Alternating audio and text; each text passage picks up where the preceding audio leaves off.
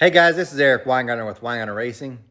It's Saturday, so it's an update video day. Now, I wasn't going to do this, but I got a little bit of time, so I figured I'll throw this in. Plus, it gives me a chance to brag about my son. No, that's not all this video is about. Mainly, this video is about the small block Ford and the small block Chevy Cam Challenge. I've got updates on the Ford and then also some information about the Chevy. So I'm just going to make this video short, so let's just get into it as quick as we can.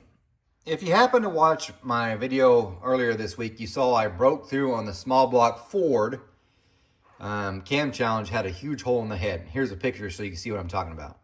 Here's the head. That's the hole. That's not small. That's not a little pinhole. That's gigantor. So yeah, definitely thin in that area. My hope was, and you could tell what I had done just to give you an idea. There's a pretty bad transition where the first CNC machine that cut initially the 240s, and then I did port work, and I'll show you the model here in a minute. There was a bad transition, so all I was trying to do is smooth up that transition, and then right over the tip of the short side where the two tooling paths met left a hard one. So all I was trying to do is just sand it down. As you can tell, I didn't even get very far on this one because it's still there, and I saw that smooth spot, and I just poked it with the pick, and boom. No mistake. So if you look at the others, that's how that was going to end up looking. But let me show you the model because the other head leaks too. I'll even show you where it's leaking from. To reiterate, that is not a trick flow problem. That's not a Chris Straub who digitized this for me and CNC ported it. It's not his problem. It was a me problem. I'm the one that created that. So the original model was this port right here. So this was actually how it looked to begin with, in case you're wondering. If I can get the light to go over there, excuse the little weight. That's how it looked. This does not leak. So this actual head here was actually pressure tested. No leaks. And it was A-OK. No leaks, A-OK. No leaks, A-OK. Pinhole. In this one.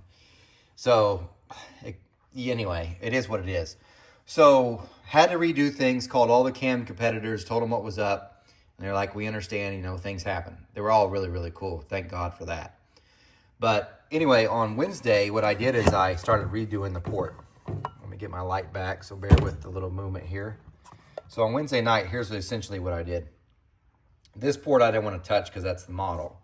This one right here, which is the one that was leaking anyway, what I did is I started off and started off with just this. These are flow disruptors. That's essentially what they do. It's just a ball welded onto a stick. There's different ones. I got this from Thorpe Industries. I got a bunch of different ones. But anyway, put it on the flow bench and just put it in different spots to see where it would pick up flow or lose flow. We knew, obviously, I had to fill in right there because right there being where the hole is. So that spot being filled up, it gave me an idea on how much to do. After doing this and getting kind of an idea, then I transitioned to this is a clump of modeling clay. It's different colors because, well, you get it. Anyway, I would take this and I would smear it in the port because modeling clay is temporary. And no, it didn't get sucked in because it really is kind of sticky. And I'd put it in that corner to see what it did. And then I would put it in that corner and see what it did. And I actually even added a wing. And I'm going to show you all the flow numbers for that as well. After that was done, I had an idea what it would be, how it would land. And once that was done, in the following morning, because I was up to 1 a.m. just playing with that, and I had an idea where it should be. I got my quick steel here. This is where you can get from JB Weld. It's reinforced epoxy. You can actually use this in a running engine. I don't know about actually sealing a hole like this has for water, but I do know this will stay in the port. How long? At least 5 years. But I still wouldn't use it to seal like a push rod slot. I would never do that. But if you're just trying to add material without worrying about water or anything else, you can use it that way. You could tell this one's old because you can see the little spots in it. Because I have no idea how long I've had this. But anyway, once I put it in there, because that sets up pretty quick, you can use water to form it the shape you want, which really helps out. And then I use sandpaper and you sand it by hand. Why don't I use a cartridge roll? Because I don't know I could have got this shape without sanding it by hand. Because that's essentially how the modeling clay had it. Just like that. Except for with the modeling clay, you can't make it as smooth because your finger makes it a dent in it, right? And they can digitize modeling clay too, but it wouldn't be as smooth. I want something more firm whenever they go to digitize again. But this is the shape that was there. The only thing that's missing is the wing. So I can add the wing secondary. I'm not entirely sure I'm going to add it, and I'm going to tell you why when you look at the flow numbers. The other thing is, Trick Flow luckily had another casting. They had one, and I've ordered it. And I think they said they should have it ready to ship on Monday. Once it gets here, I can take some measurements to see if my short side height will be able to fit in that casting, or if they have room to even put a wing. If not, no big deal. The wing's almost identical. The one thing I liked about it was the way it sounded on the bench, which cannot be measured in airflow or anything else, but the way it sounded, I loved better. I didn't spray any Dykem just to see what it would do, but honestly, this is probably the port that I'll end up running. Even though the wing looks cool, I don't know that I'll run it anyway, but I might. But this one's actually the power maker. So I'm going to show you the flow numbers and get an idea, because there's a couple different things, but that's how it is. Obviously, it's going to lose volume. So the measurements that I gave you was 255 cc's before. Obviously, it's not going to be 255 cc's now. If I had to guess, it's probably 250. The cross-sectional area at the pinch is the same, obviously. So anyway, let me show you the flow numbers. This might be a little hard to see. Whenever I have them put the differences on the sheet, whenever I do the program that way, for whatever reason, it makes the numbers way small. So anyway, there it focuses. This is cylinder 1. This would be the model. So actually, after it came off the CNC machine, this is how it flowed. Okay? So if we're looking, it does 357 at 900 lift. Now remember, we have an 800 lift about range. A 780 is the max lift you can run. It does 358 at 700 and 351. Let's see if I can get her to focus. There we go. 351 at 800. Look at the 400 number, 283. Really, really good, right? This was 2. This is right here, the cylinder 2. I filled in, if you're like you looked at the port just a second ago, just the left side. And these are the differences in flow. So we look at, so for the cam guys that are competing, I don't really care about 1. If you do, I'm sorry. Virtually at the same at 2, virtually the same at 3. It's down 2 CFM at 4, down 3 CFM at 5, and then it actually gains at 6, 5.8, but then it loses almost 10 at 7. About the same at 8, loses 2 at 9, and gains 6.8 at 1 inch of valve lift. Then I filled in the other side just to see what it do. And if you notice, the numbers are virtually identical again, all the way till about 6, then it's up 3, it loses 10 again at 7, and then it's up a little bit in the peak lifts at 9 and 1. Then I added the wing. So this last one's the wing to see how much difference it makes. And as you can tell, these two are virtually identical to, and that's the reason why I say I may not even add the wing. It was more for curiosity. But if you look, these are virtually identical to the numbers I would have given you. At least what the model is that came off. If we look, it's down a little bit, about 2 CFM. But the big difference is it's down 12 CFM at 7. And after that, it gains 10. And actually, this is the one that flows the most is with the wing. But that's only a 1 inch valve lift.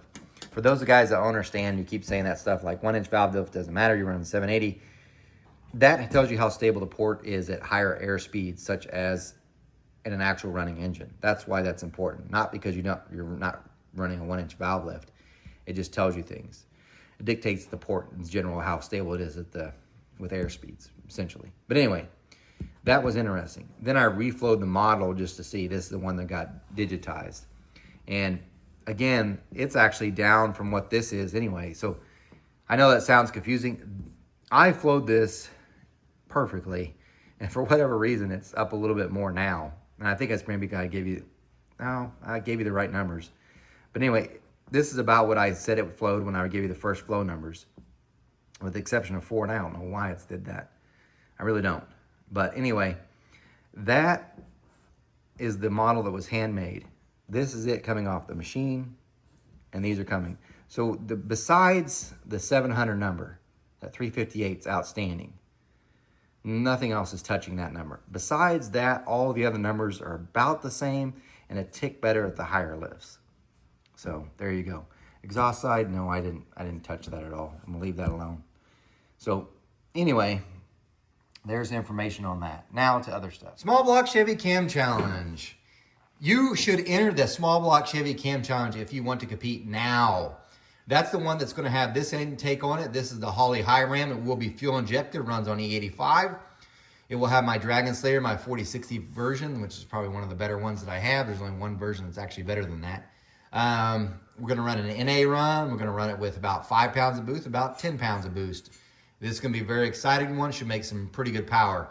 And it'll be a hydraulic roller cam, but we're running solid roller lifters on it. Anyway, this is the intake that's going to be used for it, the high ram. I've now mocked up the layout for where it is. This is a 1207 tall, by the way, which is what the heads are. Interestingly enough, just because I felt like measuring, their openings on this high ram are way, way small. So if you got like an LS high ram, and remember, most LSs are 6 liters or whatnot. Those are 6 liters, and most Chevys are at least 383 and more likely to be 400s, the small block Chevys. So it's odd to me that Holley made the opening for the Chevy so much smaller than the LS, even though the LS engines in general that they're going on are smaller. Makes no sense. This cross-sectional area is 2.81. Just to give you an idea, the minimum cross-section for the head is 2.81.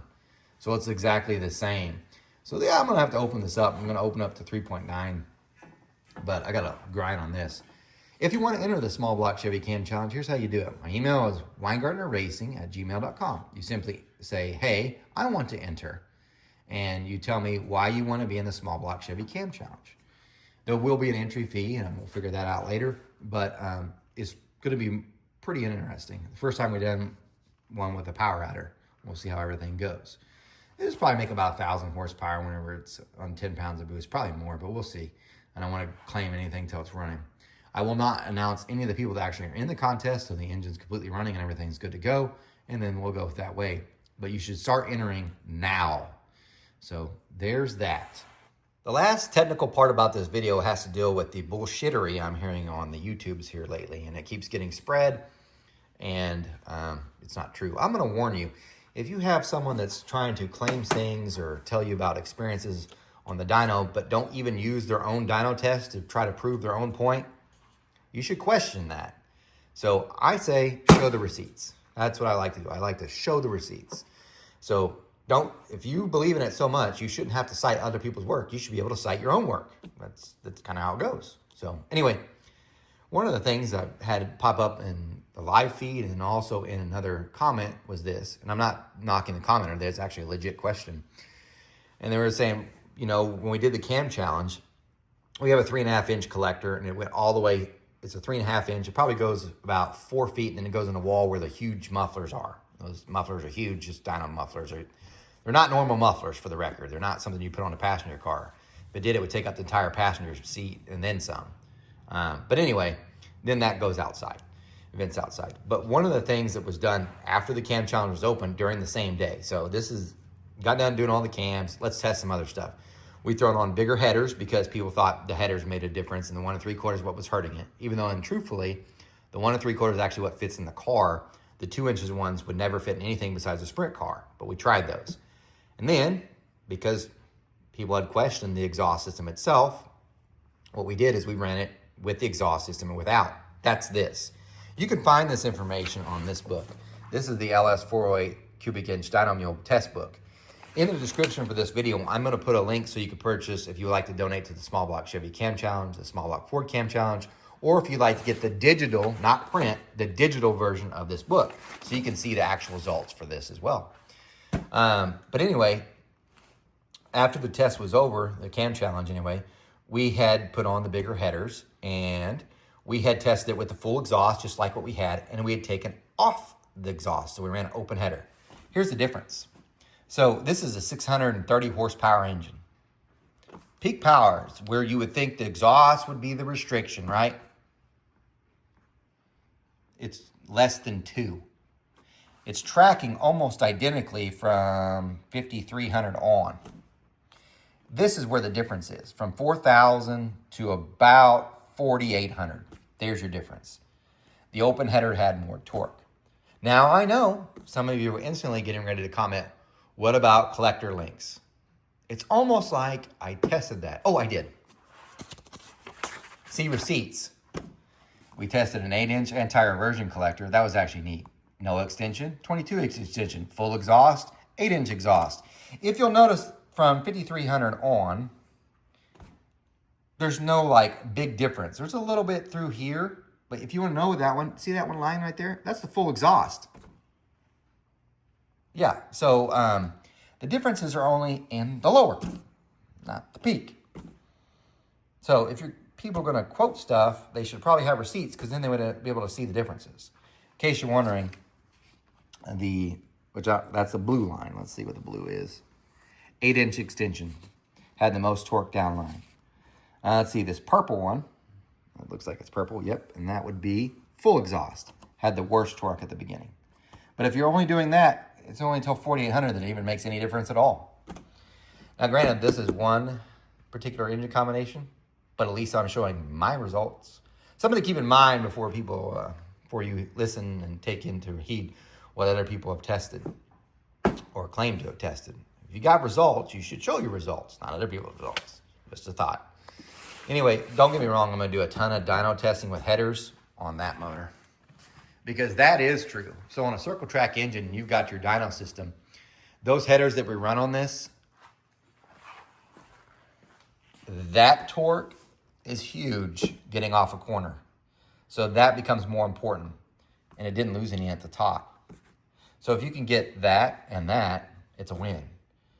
So, but that's circle track. Drag racing, I don't know how it's faster. If you have a 5500 stall, which you should in this combination, there's no difference. Your times are virtually identical. Drag race, here. Circle track, here. Difference. Anyway, now to the non-technical part, and if you're like, I don't want to hear anything else, I only want to hear the technical part, time to tune out, because I got to brag on my son. Last night was Broken Arrow's swimming banquet. It's their end of the year banquet. It's kind of touching because it's the last year we'll ever have this for him. But anyway, he's a senior, obviously, so he's graduating in about a month. And what they do is they dress up and they have a dinner and then they give out awards. And I'm going to talk more about it. I might get a little emotional because it was a pretty emotional event. So they give out like Rookie of the Year. Obviously, he's not going to win that. He's been doing this for 4 years. But they do Rookie of the Year, and then they did Most Improved, and then they did Male and Female Swimmer of the Year, and he got Male Swimmer of the Year. And I never thought when he started his freshman year he would ever get that. So it was phenomenal. But the thing that probably got me the most was this. And if you're a high school coach or something else, you might think about doing these type of awards because I think that's really neat. They do something called the Paper Plate Award.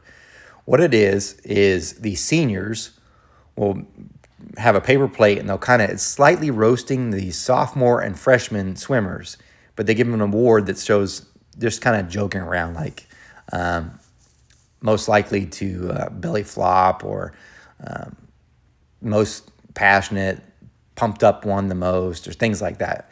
And they give those. And it's been happening all 4 years he's been there. And they're kind of chuckling. For instance, last year, I think Bishop got worst backseat driver or the year before he got that, because he used to ride to practice with one of the other swimmers. And I guess he would keep correcting on how they drive.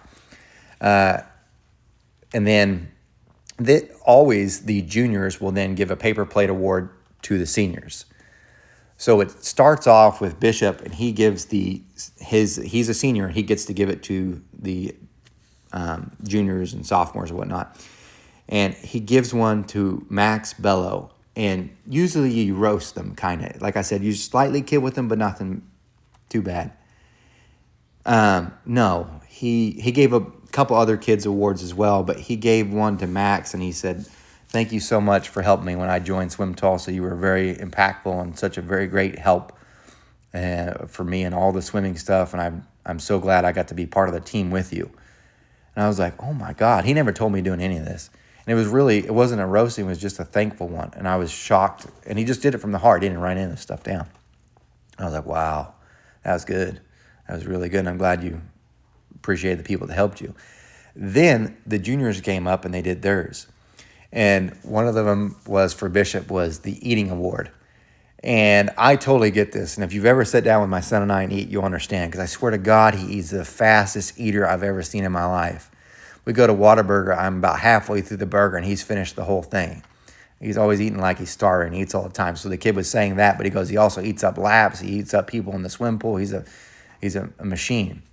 And then they did a prepared speech about how great he was as a leader. And another one, and another, Max also got up and did the same thing back to Bishop. Bishop came up and gave them a hug on stage. I've been here 4 years. They've never had a swimmers ever do that. They just kind of roast each other. I've never had that.